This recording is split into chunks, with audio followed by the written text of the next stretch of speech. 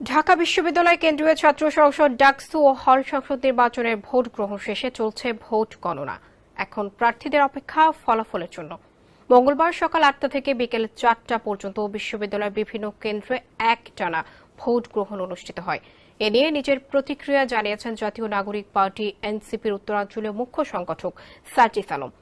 মঙ্গলবার ফেসবুক পোস্টে তিনি লিখেছেন, একটা বিচ্ছিন্ন ঘটনা বাদ দিলে এখন পর্যন্ত যে প্রক্রিয়ায় ডাকসু নির্বাচন সম্পন্ন হয়েছে তা সন্তোষজনক।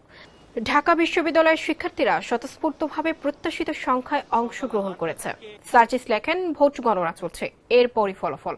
শিক্ষার্থীরা সহ সারা দেশ এই ফলাফলের দিকে তাকিয়ে আছে। একটা অভ্যুত্থানের ফসল এই ডাকসু।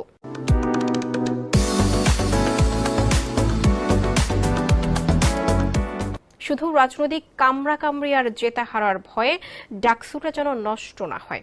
যদি এটা হয় তাহলে যাদের কারণে এটা হবে তারা এর দায় কখন এড়াতে পারবে না এবং এই দায়ের বোঝা নিয়ে সামনে চলতেও পারবেন না। সার্জিস আলম আরও বলেন, কেউ যদি ভাবেন নিজে জিততে না পারলে ডাকসু সফলভাবে শেষ হতে দেব না, তাহলে ডাকসু বানচাল করার মধ্য দিয়ে স্বয়ংক্রিয়ভাবে আপনাদের রাজনীতির কবর রচিত হবে।